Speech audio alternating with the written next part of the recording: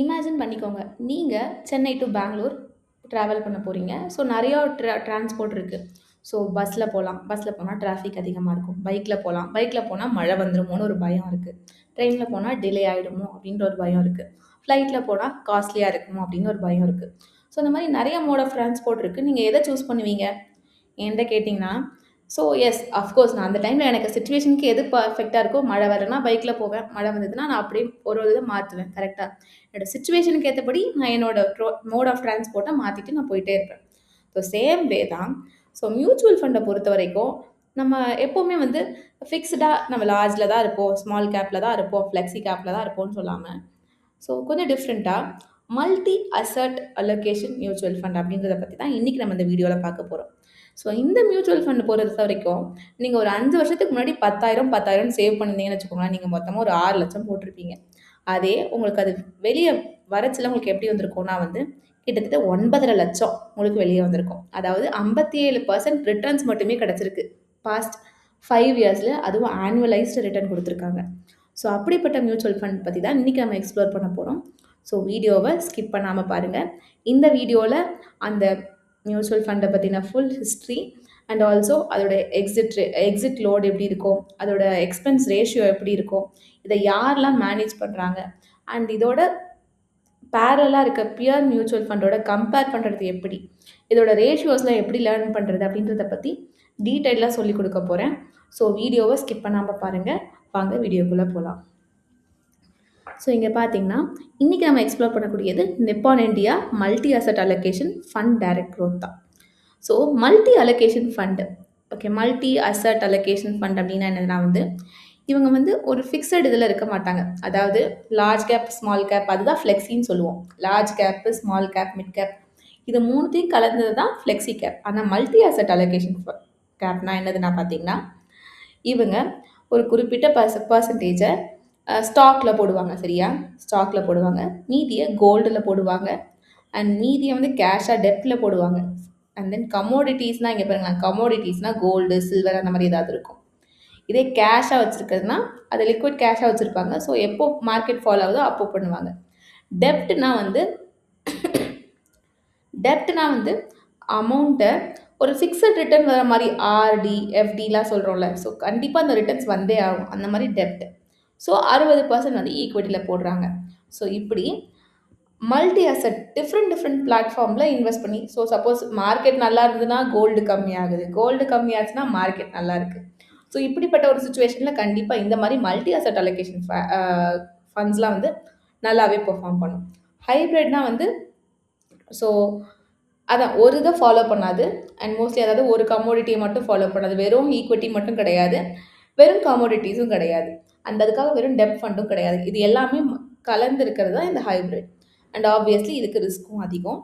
So நீங்க பார்த்தீங்கன்னு வச்சுக்கோங்களேன், இந்த ஃபண்ட் ஸ்டார்ட் ஆனதுன்னு பார்த்தீங்களா, மே 2023லலாம் ஸ்டார்ட் ஆகியிருக்கு. And for the sorry for the past 1 month பார்த்தீங்கன்னா 3% ரிட்டர்ன் கொடுத்துருக்காங்க. பாஸ்ட் 6 மந்த்ல 7% அண்ட் பாஸ்ட் 1 இயர்ல 21% ரிட்டர்ன் கொடுத்துருக்காங்க. பேங்க்லலாம் போனால் 5% 6% தாங்க சரியா? அதே லாஸ்ட் 3 இயர்ஸில் 22% ஆஃப் ஆனுவலைஸ்ட் ரிட்டர்ன். அப்போது முதல் வருஷம் 22%, ரெண்டாவது வருஷம் 22%, மூணாவது வருஷமும் 22% ஆனுவலைஸ்டு ரிட்டர்ன் கொடுத்துருக்காங்க. த சேம் லாஸ்ட் 5 இயர்ஸில் 17.68% கொடுத்துருக்காங்க. அண்ட் தென் ஓவரால் 18.70% கொடுத்துருக்காங்க ஆனுவலைஸ்டு ரிட்டர்ன் வருஷம் சரியா? அண்ட் இவங்களோட என்ஏவி ப்ரைஸ் அப்படின்னு நீங்கள் பார்த்தீங்கன்னா, என்ஏவினா இது எல்லாத்தையும் சேர்ந்து அவங்களோட ஒரு யூனிட்டோட ப்ரைஸ் அப்படின்னு பார்த்தீங்கன்னா ரூ. 26. அண்ட் மினிமம் சிப் அமௌண்ட் வந்து நம்ம ரூ. 100லேருந்தே ஸ்டார்ட் பண்ணிடலாம். அண்ட் இவங்களோட அசட்டோட டோட்டல் அதோட மதிப்பு என்னன்னு பார்த்தீங்கன்னா வந்து 13,138 crore இருக்கு. அண்ட் உங்களோட எக்ஸ்பென்ஸ் ரேஷியோ கொஞ்சம் ஜாஸ்தியாக தான் இருக்குது 0.67%. But okay it's acceptable. Okay and இதுதான் இவங்களோட ரிட்டர்ன்ஸ் ஃபார் த பாஸ்ட் டைமில் இருக்கிற ரிட்டர்ன்ஸ். ஸோ இங்கே நீங்கள் பார்த்தீங்கன்னா ரிட்டர்ன் கால்குலேட்டர்ஸ் வந்து இப்போ இதில் இன்பில்டாக கொடுத்துருக்காங்க. ஓகே க்ரோலையே இப்போ ஃபார் த பாஸ்ட் 6 மந்த்தில் நீங்கள் வெறும் எப்படின்னா ஒரு 100 ருபீஸ் அப்படின்னு உங்களோட இன்வெஸ்ட்மெண்ட்டை ஸ்டார்ட் பண்ணியிருந்தீங்கன்னு வச்சுக்கோங்களேன். அப்போது நல்லா பாருங்கள். ஸோ 600 போட்டிருப்பீங்க. ஸோ 6 மாதத்தில் ரூ. 619 இருக்கும். அதே ஒரு வருஷமாக போட்டுட்டு இருந்தீங்கன்னா 1200 அதே 1295. 3 வருஷமாக நீங்கள் போட்டுட்ருக்கீங்க அதே 100 3600 4697. அதே 5 வருஷமாக அதே 100 நீங்கள் போட்டிருந்தீங்கன்னு வச்சுக்கோங்களேன், 6000 நீங்கள் இன்வெஸ்ட் பண்ணியிருப்பீங்க. ஆனால் உங்களுக்கு வெளியே வரக்கூடியது 9449. இப்போ நீங்கள் இதை பார்த்தீங்கன்னா 6 மந்த்தில் ஒரு பெரிய வித்தியாசமே இல்லை, 19 தான் அதிகமாக இருக்குது. இதே 1 இயரில் பார்த்தீங்கன்னா எவ்வளோ அதிகமாக இருக்குது? வெறும் 95. 3 வருஷத்தில் எவ்வளோ இருக்குது? 1000 அதிகமாக இருக்குது. அதே 5 வருஷத்தில் பாருங்களேன், 3500 அதிகமாக இருக்குது. ஸோ இதுதான் நான் சொல்கிறது, டைம் தான். You have to give time. டைமை நீங்கள் கொடுத்தீங்கன்னா தான் அது அதோட வேலையை செஞ்சு அதோட பியூட்டியை காட்டும். அது நமக்கு ஒரு நல்ல லாபத்தை கொடுக்கும். ஸோ மியூச்சுவல் ஃபண்ட் இப்போ இருக்கிற சுச்சுவேஷனுக்கு நம்ம ஒரு மினிமம் ஒரு 10,000 நம்ம மாதம் நம்ம எஸ்ஐபியில் போடணுங்க. சரியா? அப்படி பார்த்தீங்கன்னா 6 மாதத்தில் போடச்சல நம்மளுக்கு வந்து 1000 சில்லற கிடைக்குது நமக்கு ரிட்டர்ன்ஸாக. சரியா? இதே ஒரு வருஷம் நீங்கள் போட்டிங்கன்னா 900 சில்லற கிடைக்குது நமக்கு இன்ட்ரெஸ்ட். 3 வருஷம் போட்டிங்கன்னு வச்சுக்கோங்களேன், இங்கே 3,60,000 தான் நீங்கள் கட்டியிருப்பீங்க. ஆனால் 4,69,000 கிடைக்குது. 1,99,000 கிடைக்குது. அண்ட் 5 இயர்ஸாக நீங்கள் போட்டிருக்கீங்கன்னு வச்சுக்கோங்களேன், ஆப்வியஸாக உங்களுக்கு நான் 3,00,000 உங்களுக்கு இன்ட்ரெஸ்ட் மட்டுமே கிடைக்குது. இதே மாதம் 10,000 போட்டிருந்தா. சரி, நீங்கள் மந்த்லி தான் போடணும்னு அவசியம் இல்லை. ஒன் டைமும் லம்சமாகவும் போடலாம். ஒன் டைம்னா ஒரே ஒரு வாட்டி உங்களுக்கு திடீர்னு ஒரு ரிட்டையர்மெண்ட் பணம் அப்படின்றது கிடைக்குது. ஒரு எதிர்பாராத இடத்துலேருந்து உங்களுக்கு ஒரு பெரிய அமௌண்ட் கிடைக்குதுன்னா நீங்கள் அப்போ இந்த மாதிரி போடலாம். ஒரு 1,00,000 நீங்கள் இன்வெஸ்ட் பண்ணியிருக்கீங்கன்னு வச்சுக்கோங்களேன், அப்போது அது எப்படிலாம் பெர்ஃபார்ம் பண்ணியிருக்க பாருங்களேன். ஒரு 5 வருஷத்துக்கு முன்னாடி நீங்கள் 1,00,000 போட்டிருந்தீங்கன்னா அது இப்போ 2,00,000 வந்திருக்கும். 1,25,000 1,400,000 எக்ஸ்ட்ரா வந்திருக்கு. ஸோ இந்த மாதிரி தான் வந்து உங்களுக்கு நீங்கள் ஒன் டைமாகவும் வச்சுக்கலாம், மந்த்லி எஸ்ஐபியும் வச்சுக்கலாம். ஸோ இவங்களோட ஹோல்டிங்ஸ் நான் சொன்ன மாதிரியே தான். இவங்க நிப்பான் பேஸ்டாகவே வந்து பேசிக்காக வந்து நிப்பான் வச்சுருக்காங்க. ஸோ இங்கே நீங்கள் பார்த்தீங்கன்னா கோல்டில் போட்டிருக்காங்க, அண்ட் ஐஷேர் அண்ட் இன்டர்நேஷ்னல் ஃபண்ட்ஸ்லலாம் கூட போட்டிருக்காங்க, ஃபாரின் மியூச்சுவல் ஃபண்ட்ஸ்லலாம் கூட போட்டிருக்காங்க. ஸோ இவங்களை நம்மளால் ப்ரெடிக்டே பண்ண முடியாது. சரியா? அண்ட் ஈக்விட்டி கொஞ்சம் இன்னொரு மியூச்சுவல் ஃபண்டில் போட்டிருக்காங்க, சில்வர், கோல்டு, அதுக்கப்புறம் equity and few technologies and all those things எல்லாமே இருக்குது. ஸோ ஈக்விட்டி 60%, டெப்ட் 22%, கமோடிட்டிஸ் 13%, கேஷ் 3% தான். சரியா? ஈக்விட்டியில் எல்லா கம்பெனிஸும் வரும், டெப்டில் காசை வச்சு எஃப்டி, ஆர்டி அந்த மாதிரி. கமோடிட்டிஸ் அப்படின்றது வந்து இந்த மெட்டல்ஸ், அதாவது கோல்டு, சில்வரு அந்த மாதிரி மெட்டல்ஸ். கேஷ்ன்றது லிக்விட் கேஷாக வச்சுருக்காங்க. அண்ட் செக்டார் வைஸ் எப்படி அலோகேட் ஆகியிருக்காங்கன்னா எவ்வளோ சூப்பராக, எவ்வளோ ஈக்குவலைஸ்டாக பிரிச்சுருக்காங்க பார்த்தீங்களா? எவ்வளோ டைவர்சிஃபைடாக இருக்குது பாருங்களேன். ஃபினான்ஸில் 25%, கன்சியூமர் டிஸ்க்ரிஷ்னரியில் 16%, எனர்ஜியில் 13%, டெக்னாலஜியில் 11%, இண்டஸ்ட்ரியில் 9%, கன்சியூமரில் வந்து 5%, மெட்டீரியல்ஸில் 4%, ஹெல்த் கேரில் 3%, ரியல் எஸ்டேட்டில் 0.7. அண்ட் டெப்ட் வைஸ் இது வந்து ஈக்விட்டி மட்டும்.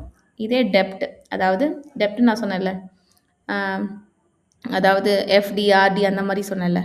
ஸோ அந்த மாதிரி செக்டார்ஸில் அங்கே எப்படி ஸ்ப்ளிட் ஆகிருக்கு, financial, construction, others, energy, health care, metals and mining, இது எல்லாத்துலேயும் அவங்க அழகாக ஸ்ப்ளிட் பண்ணி போட்டிருக்காங்க. அண்ட் இவங்களோட அட்வான்ஸ் ரேஷியோன்னு பார்த்தீங்கன்னா வந்து, ஸோ இது வந்து நிறைய பேருக்கு இந்த டெக்னிக்கல் நாலேஜ் இருக்கிறது கிடையாது. சரியா?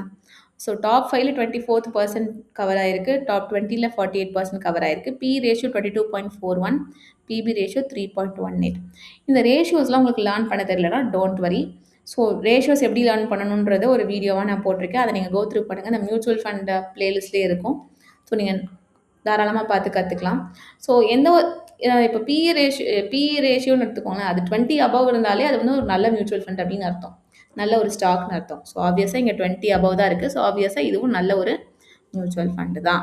சேம் வே நீங்கள் இதை ஒரு ரேஷியோ மட்டும் கம்பேர் பண்ணால் போதாது, எல்லா ரேஷியோவும் நீங்கள் கம்பேர் பண்ணணும், பார்த்துட்டு தான் நம்ம சூஸ் பண்ணணும். ஸோ நீங்கள் உங்களுக்கு தேவைன்னா நீங்கள் அந்த வீடியோவும் பாருங்கள். ஸோ நீங்கள் அதை வச்சு நீங்கள் அதை கம்பேரும் பண்ணிக்கலாம். இங்கே தான் ஆப் வச்சுருக்காங்கன்னு நினைக்கிறேன். மினிமம் இன்வெஸ்ட்மெண்ட் பார்த்தீங்கன்னா 5,000, ரெண்டாவது இன்வெஸ்ட்மெண்ட் 1,000, அதுக்கப்புறம் தான் 100 ரூபான்லேருந்து ஸ்டார்ட் ஆகுது. ஸோ இது கொஞ்சம் கஷ்டம்தான், பட் ஆஃப்கோர்ஸ் நல்ல ரிட்டர்ன்ஸ் கொடுக்கறதுனால வி கேன் ட்ரை. அண்ட் ரிட்டர்ன்ஸ்னு பார்த்தீங்கன்னா last 1 year, last 3 year, last 5 year allocate பண்ணியிருக்காங்க. அண்ட் அவங்களோட கேட்டகரி ஆவரேஜ். ஸோ அவங்களோட கேட்டகரியில பியூரா இருக்கவங்க என்ன பண்ணியிருக்காங்கன்றத தாண்டி, இவங்க அந்த ஆவரேஜ விட அதிகமா தான் பண்ணியிருக்காங்க பாருங்களேன். ஆவரேஜா எல்லாரும் 15 தான் பண்ணியிருக்காங்க. இவங்க 21 பண்ணியிருக்காங்க. ஆவரேஜா எல்லாரும் 17% தான் ரிட்டர்ன் குடுத்தாங்க. இவங்க 22. ஆவரேஜா எல்லாரும் 16 குடுத்துருக்காங்க. இவங்க 17 குடுத்துருக்காங்க. ஸோ அவங்களோட ரேங்க்கும் பார்த்தீங்கன்னா 6வது இடத்துல இருந்திருக்காங்க, 2வது இடத்துல இருந்திருக்காங்க, 4வது இடத்துல இருந்திருக்காங்க. ஸோ நல்லா தான் இருந்திருக்காங்க. And exit load, tax and expense ratio நம்ம ஆல்ரெடி பார்த்தோம். 0.67 பார்த்தோம். எக்ஸிட் லோட் அப்படின்றது பார்த்தீங்கன்னா வந்து, ஸோ நீங்க வந்து ஒரு 12 மந்த் 1 வருஷத்துக்குள்ள நீங்க வெளிய போறீங்கன்னா, 1% நீங்க சார்ஜ் பண்ணுவாங்க. Plus 10 excess of 10% of the investment நீங்க குடுக்கணும். சரியா? அண்ட் தென் டாக்ஸ் அப்படின்னு ஸ்டாம்ப் டியூட்டி அப்படின்றது இது காமன். ஸோ டாக்குமெண்ட் ரிலேட்டடான ஒர்க்ஸ்க்காக 0.005% நம்ம குடுத்துறணும். சரியா? நீங்க 12 மந்த்துக்கு அப்புறமா நீங்க வெளிய போனீங்கன்னா, உங்களுக்கு இந்த சார்ஜ் கிடையாது. 1% சார்ஜ் கிடையாது. சரியா? அண்ட் தென் டாக்ஸ் அப்படின்னு பார்த்தீங்கன்னா வந்து, ஒரு வருஷம் ஒரு if you redeem after 2 years returns are taxed at 12.5%. So மத்ததுலலாம் 1 வருஷத்துக்குள்ள நீங்க எடுத்துக்கலான்னு இருக்கும். இதுல 2 வருஷம் நீங்க அதிலேயே வச்சிருக்கணும். 2 வருஷத்துக்கு அப்புறமா நீங்க எடுத்தீங்கன்னா வந்து, முதல் எடுக்கக்கூடிய 1,25,000 உங்களுக்கு எந்த ஒரு டாக்ஸுமே கிடையாது. அதுக்கப்புறம் நீங்க எடுக்க போற பணத்துக்கு எல்லாமே 12.5% நீங்க டாக்ஸ் குடுத்து தான் ஆகணும். ஓகே. ஸோ சிமிலர் மியூச்சுவல் ஃபண்ட்ஸும் குடுத்துருக்காங்க. ஸோ வி கேன் செக் நம்ம கம்பேர் பண்ணியும் பார்த்துக்கலாம். அண்ட் இங்க பார்த்தீங்கன்னா வந்து, இதோட ஃபண்ட் மேனேஜர்ஸ் பத்தியும் உங்களுக்கு குடுத்துருக்காங்க.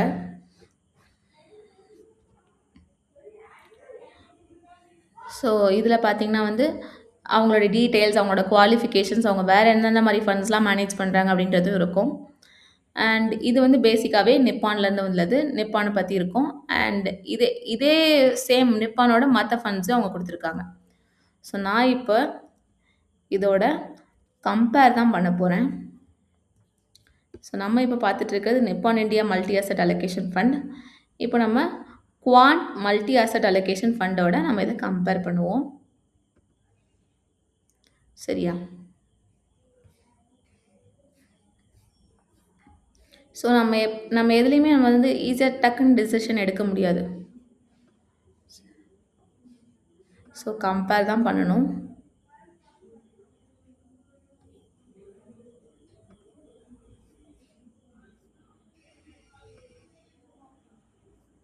Okay. Let's compare these 2 funds. Okay. So அப்படி பார்க்கச்சல இன்னைக்கு நம்ம பார்த்தது இந்த நிப்பான் தான். நம்ம கம்பேர் பண்ண போறது குவாண்ட் மல்டி அசெட்டோட. ஸோ இதுக்கு 5 ஸ்டார், இதுக்கு 4 ஸ்டார். ஏன்னு பார்ப்போமா? குவாண்ட் வந்து லாஸ்ட் 1 இயர்ல 25 குடுத்துருக்கு. இவங்க 21 தான் குடுத்துருக்காங்க. 22 குடுத்த இடத்துல இவங்க 24 குடுத்துருக்காங்க.